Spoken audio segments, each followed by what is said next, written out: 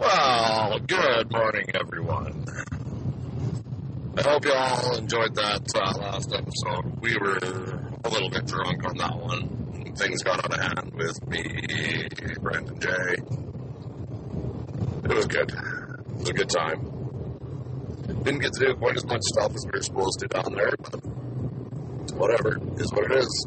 Live and learn, right? But, just want to throw a couple of things out here. I keep getting told by certain people that I need to be consistent with when I'm dropping episodes. And, well, that's never going to be me. And they say, well, podcasts only grow if you're consistent. I'm not like every other podcast, if you haven't noticed that yet. So, if you like it, you like it. If you don't, well, send me an email. Tales of a Messed Up Northern Boy at gmail.com, or go onto the Facebook group and tell me off on there what you don't like. Won't hurt my feelings none. But if you're one of the lucky ones that has my phone number, then send me a message and chew my ass. But I think I'm going to fire off just a quick one here. It's Saturday morning. Doing vehicle chase delivery type of thing, just as a little bit of spare cash. This one, I was about 21, 22, I think. Yeah, that sounds about right. And me and a couple buddies, we were out partying up. Started out in a little town about 20 minutes outside of my hometown, and picked up a couple guys, and then this 32-year-old I had been seeing for a while, and then we broke up, phone, and I was good friends with her daughter, and they were living in a campsite.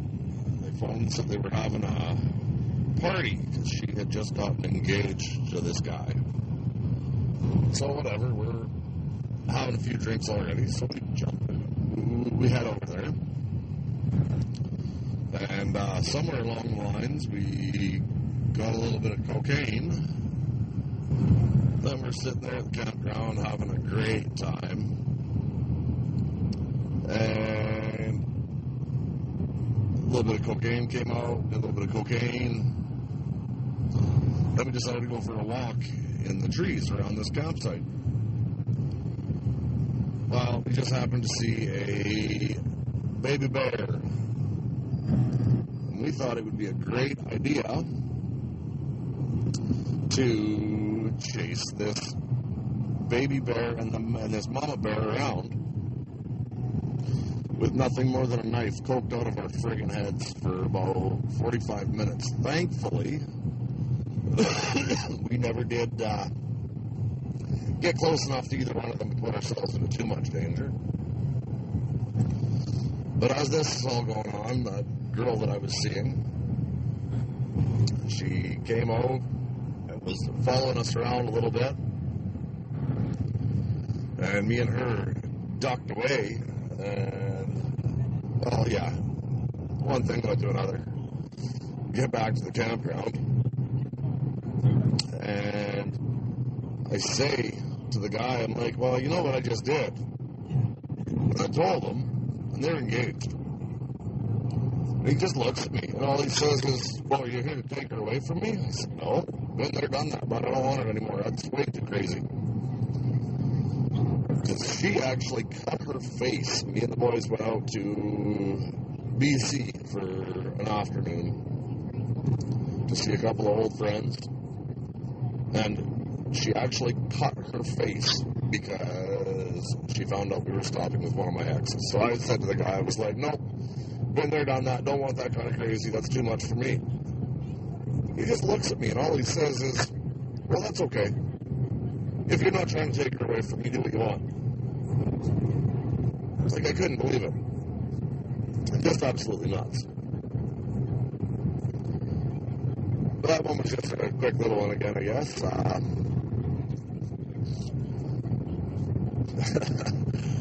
Waffle's cousin. I think you're listening, or you will be. Remember your bag and wagon. The night there, or the day that me, you, Waffle, and Zeb were out cruising the back roads trying to find the farm.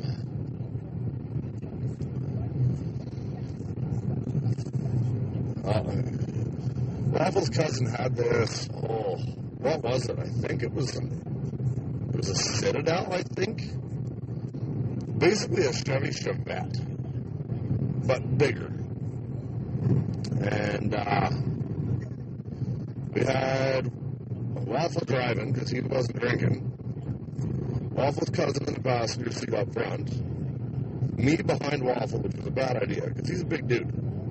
And that car wasn't that big, so I was kind of squished. And Zeb in the back seat.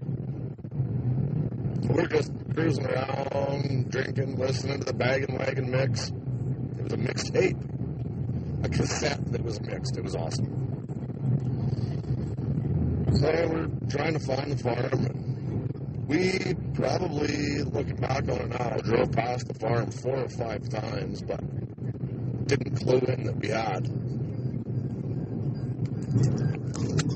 Because none of us really knew for sure where the hell we were. Oh, the vehicle I'm chasing here is just pulling over. So I better throw this on pause, because I've learned how to do that.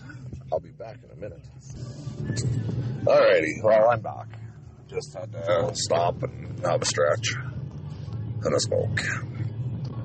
So anyways, we're cruising around. Zeb, that guy, man, could he freaking drink.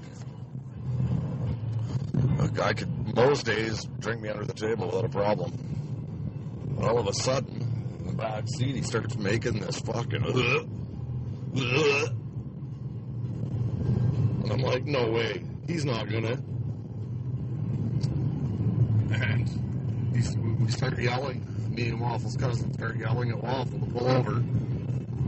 So we know what Zeb's gonna do, and he couldn't get the friggin' window down, and he puked all over the Bag and Wagon. What a horrid smell. I actually think Waffle's cousin ended up getting rid of that car because of that smell. So, another short little one there, I guess. Not really feeling it this morning, but I feel I need to give you guys a little bit of content, so I'll give you a few stories. Well, fuck it, yeah, now that I'm talking about Zeb, my Bulldog's coming up. So they were good friends. They're from the Northwest Territories, those crazy bastards. And one of the first times we were partying down at the bridge. And there's this thing underneath the bridge. It was a catwalk underneath the bridge, and you used to have to scurry up this gravel slope and sneak through a cut chain link gate. Then you go out on the catwalk. It was actually one of my favorite places to take girls. Take them up there and take them up to the middle of the bridge and watch the water go by and make out. Yeah. So anyways, I take Zeb and the Bulldog out there. So I'm like, just met these guys. I'm like, you gotta check this out. This is crazy up here. We get up there, and those fucking crazy bastards, they're like, this is nothing. And we're probably, I'm going to say, probably 125 feet above the river. There's an old bridge in the water. So there's busted up old concrete and rebar. Basically, if you fall from up there, you're done. Zeb and the Bulldog, these dumb fucks, they pretty much launched themselves over the side of the catwalk, and they're just swinging there, hanging, going, you think it's crazy up here? This is nothing. And they're swinging, fucking just hanging there, swinging. Fucking crazy assholes. We're partying at their apartment. And the bulldog, he's in a bedroom with this girl. And they're going at it. And all of a sudden, we hear her yell, "It burns! It burns!" And we're like, what the fuck is going on? Then all of a sudden, we hear, "That didn't help, you fucking asshole!" He comes out, the bulldog comes out of the bedroom just laughing. We're like, what the fuck's going on in there? And she comes out, she's screaming and yelling at him. She's like, "It was bad. I knew that you coming in my eyes was an accident, but you didn't have to dump your beer on my eyes to try and wash the fucking cum out, asshole. That burnt even more." And another one at that same apartment, fucking Zap. This is how crazy these cocksuckers were. I'll never forget it. We're all sitting there drinking. No, we weren't all there. It was me, Zeb, and somebody else. The bulldog wasn't around. I think he was at work. Fucking Zeb pulls out a bottle of 151, Bacardi 151, and a needle. Loads the fucking needle up and shoots Bacardi 151 straight into his fucking vein. Like, he was drunk before that, but he went from drunk to, I honestly thought he was going to fucking die in seconds. Like, you should never put that shit straight into your veins. We have a liver to deal with that shit for a reason, people. And he got real weird for a couple of minutes, and then he walked over, laid down on the couch, and crashed. And I looked at whoever the other one was, and I was like, fuck it, I'm out. Like I said, I thought he was going to die. So we bailed out of there. And it was about a day and a half, 2 days later, I still hadn't heard from Zap. So I walked by the house, or by the apartment, and it was our ground level apartment. So I looked through the window. Motherfucker's still laying on the couch, looked like he hadn't moved. I thought he was fucking dead. Yeah. That's just a quick little taste of the Zap and the Bulldog show. Didn't really talk too much about the Bulldog in that, other than him coming in a chick's eye and then dumping beer on it to wash it out for her. Another time, I was living with him. Oh, fuck.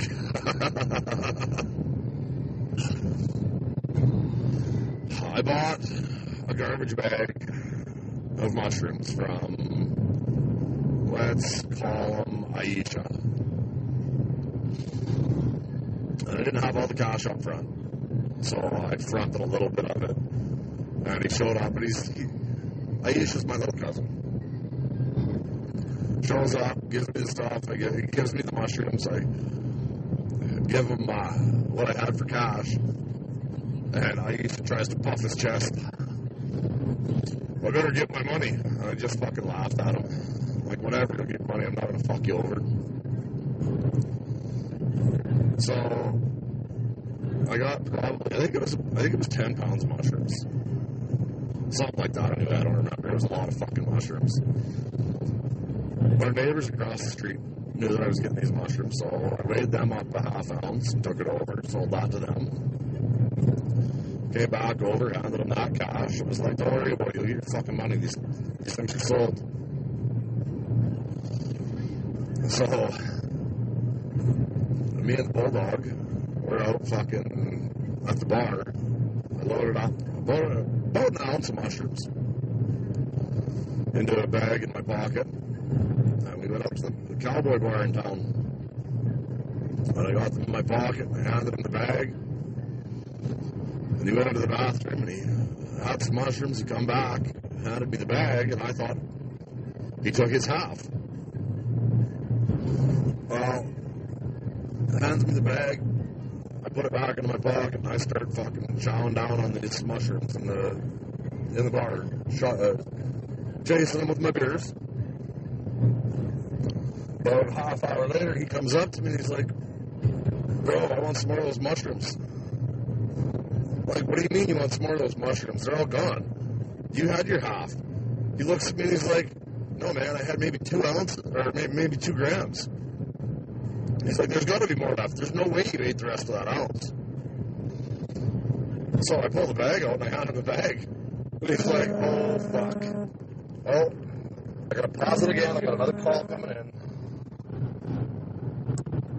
Oh, how do I do this now? Where are we there?